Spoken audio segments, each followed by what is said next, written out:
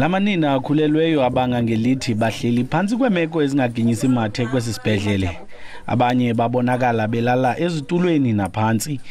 Imibutho yabasebenzi ihlaba ikhwelo kwisebe lezempilo ukuba lisombulule lo mbango ngokukhawulezileyo. One of the solutions is that kukwi services efuneka ezimuvile eDora mazihambe ziye kwezinye institutions because pha ziyakwazi ukhathalelo. Then you have more space apha eDora so that ube ne-wards, ube nebhedi, u-employe amanesi because kukho amanesi angaqeshwayo ahleliyo bebesebenza during uCovid, ubazise okokuba bazonakekela abantu. Isebe lezempilo ephondweni lithi lamanina akhulelweyo asiwe kwamanye amaziko ezempilo ngenjongo zokuphungula umthwalo kwesibhedlela. Emva kokuba sasiye saqaphela ukonyuka kwamanani kweli candelo kulonyaka uphelileyo, isebe laye longeza iward enebhedi ezingama-30 kunye nabasebenzi.